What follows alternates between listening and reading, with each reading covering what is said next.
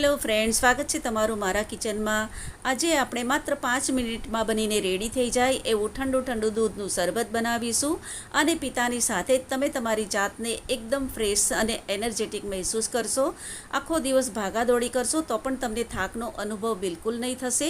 Friends, તમને મારી recipe પસંદ આવતી હોય તો વિડીયોને લાઇક જરૂરથી કરજો, શેર કરજો અને મારી ચેનલને સબસ્ક્રાઈબ કરવાનું ભૂલતા નહીં।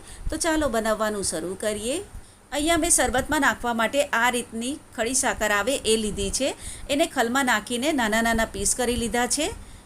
આ રીતની ચોરસ મિશ્રી આવે એ પણ તમે લઈ શકો છો અને આ બેમાંથી તમારે આનો વપરાશ નહીં કરવો હોય તો તમે ખાંડ પણ નાખી શકો છો, પણ ગરમીના દિવસોમાં ખડી સાકરનો વપરાશ કરીશું તો એ આપણા શરીરને ખૂબ જ ઠંડક આપે છે, એટલે મેં ખડી સાકર લીધી છે।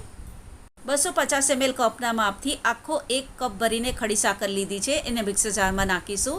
ખાંડના હિસાબે ખડી સાકર ખૂબ જ હેલ્ધી હોય છે અને ગ્રાઇન્ડ કરીને પાવડર બનાવી લઈએ। સાકરને થોડી ગ્રાઇન્ડ કરી લીધી છે। એમાં 1/3 કપ કસ્ટર્ડ પાવડર નાખીશું। અહીંયા મેં વેનીલા ફ્લેવરનો કસ્ટર્ડ પાવડર લીધો છે।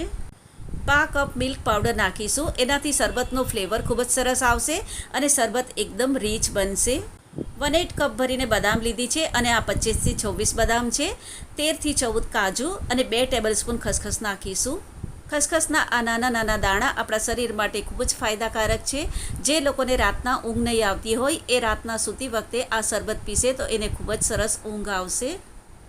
1/8 કપ પિસ્તા નાખીશું અને આ 2 ટેબલસ્પૂન જેટલા છે। અડધી ટીસ્પૂન એલચીના દાણા નાખીશું। 15 થી 20 કેસરના તાંતણા નાખીશું। આ તમારી પાસે નહીં હોય તો એને સ્કીપ કરી શકો છો અને ગ્રાઇન્ડ કરીને એનો પાવડર બનાવીશું। પલ્સ બટન દબાવીને એનો પાવડર બનાવીને રેડી કરી દીધો છે। આ શરબતનું પ્રીમિક્સ બનીને રેડી થઈ ગયું છે। એને એરટાઇટ કન્ટેનરમાં ભરીને 2 થી 3 મહિના સુધી સ્ટોર કરીને રાખી શકો છો અને જ્યારે પણ શરબત બનાવવું હોય ત્યારે માત્ર 2 મિનિટમાં શરબત બનાવીને રેડી કરી શકો છો। સવારે આ શરબત બનાવીને ફ્રીજમાં મૂકી દેશો અને સાંજે જ્યારે ઓફિસથી થાકીને ઘરે આવો ત્યારે આ ઠંડુ શરબત પીશો તો ખૂબ જ ભરપૂર તમને એનર્જી મળશે અને શરીરનો બધો જ થાક દૂર થઈ જશે। આપણે આમાં કાજુ, બદામ અને પિસ્તા તો નાખ્યા, પણ એનો તો પાવડર થઈ ગયો, તો ઉપરથી આપણે 2 ટેબલસ્પૂન જેટલી બદામની સ્લાઇસ અને 1 ટેબલસ્પૂન પિસ્તાની સ્લાઇસ અંદર નાખીશું। શરબત આપણે પીએ ત્યારે બદામ પિસ્તાની સ્લાઇસ વચ્ચે વચ્ચે ચાવવામાં આવશે તો એ ખૂબ જ ટેસ્ટી લાગશે। 15 થી 20 કેસરના તાંતણા નાખીને બરાબરથી મિક્સ કરી લઈએ। આ રીતે એરટાઇટ કન્ટેનરમાં ભરીને 2 થી 3 મહિના રૂમ ટેમ્પરેચર પર જ એને રાખી શકો છો। આમાં મોઇશ્ચર નહીં લાગવું જોઈએ। જો મોઇશ્ચર લાગશે તો આપણે ખડી શક્કર નાખી છે એનું પાણી બની જશે અને પછી પાવડર ખરાબ થઈ જશે। તો આમાં ભીનો હાથ કે ભીની ચમચી એવું અંદર નથી નાખવાનું।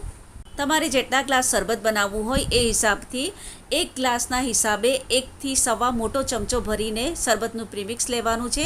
અહીંયા હું 4 ગ્લાસ જેટલું શરબત બનાવી રહી છું, તો 4 થી 5 ટેબલસ્પૂન ફૂલ ભરીને શરબતનું પ્રીમિક્સ એક બાઉલમાં લઈ લઉં છું। આમાં અડધો કપ જેટલું પાણી નાખીને બરાબરથી હલાવીને મિક્સ કરી દઈએ। 4 કપ દૂધ ગરમ કરવા માટે મેં મૂકી દીધું હતું અને આ 1 લીટર જેટલું છે। દૂધમાં 1 બોઇલ આવી ગયો છે। ગેસની ફ્લેમ ધીમી કરી લઈએ। પાણીમાં શરબતનું પ્રીમિક્સ અંદર મિક્સ કર્યું છે એને બરાબરથી હલાવી લેવાનું છે, કેમ કે કસ્ટર્ડ પાવડર બાઉલમાં નીચે બેસી જાય છે।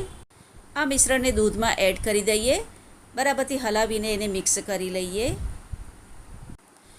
દૂધમાં પાછો 1 બોઇલ આવી ગયો છે, તો એને લો ટુ મીડિયમ ફ્લેમ પર 2 થી 3 મિનિટ માટે ઉકાળી લઈએ, જેથી દૂધ થોડું ઘટ્ટ થઈ જાય। દૂધ થોડું ઘટ્ટ થઈ ગયું છે તો ગેસ બંધ કરી દઈએ। આનાથી વધારે દૂધને ઘટ્ટ નથી કરવાનું, કેમ કે એ ઠંડુ થશે તો ઓર વધારે થોડું ઘટ્ટ થઈ જશે। આમાં 2 ટેબલસ્પૂન ભરીને ગુલકંદ નાખીશું। આમાં ગુલકંદનો ટેસ્ટ અને સુગંધ ખૂબ જ સરસ આવે છે। ગરમીમાં તો ગુલકંદનો વપરાશ કરવો જ જોઈએ। ગુલકંદ ખાવાથી શરીરની બધી જ ગરમી નીકળી જાય છે અને શરીરમાં એકદમ ઠંડકનો અહેસાસ થાય છે। આને બરાબરથી હલાવીને મિક્સ કરી દઈએ। શરબતને રૂમ ટેમ્પરેચર પર આવી જાય ત્યાં સુધી ઠંડુ થવા દઈએ।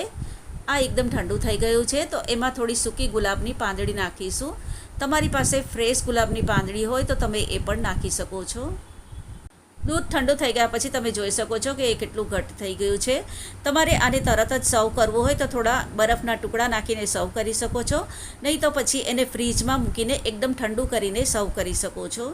હું આને તરત જ સર્વ કરું છું એટલે આમાં થોડા બરફના ક્યુબ નાખી દઉં છું। ઠંડુ શરબત હવે સર્વ કરીશું।